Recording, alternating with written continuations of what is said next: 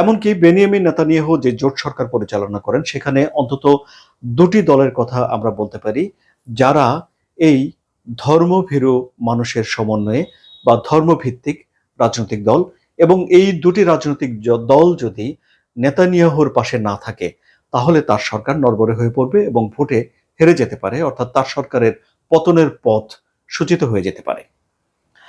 এখন যারা সেখানে রাব্বি অর্থাৎ ইহুদি ধর্মাবলম্বীদের যারা ধর্মগুরু রয়েছেন তারা বলছেন যে সেনাবাহিনী হলো একটা সামাজিক প্রক্রিয়া।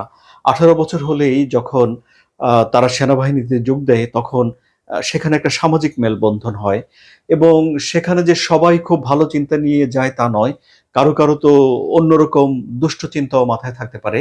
ফলে অতি অর্থোডক্স যারা আছেন, যারা ধর্মচর্চার ভিতরে মনোনিবেশ করে থাকেন এবং সে অনুযায়ী জীবনযাপন করে থাকেন, তাদের জন্য এই মেলামেশাটাকে অনেক অতি অর্থোডক্স ইহুদি পরিবারের যারা প্রধান তারা ভালোভাবে নেন না। ফলে তারা চান না যে তাদের এই অব্যাহতি দূর হয়ে যাক।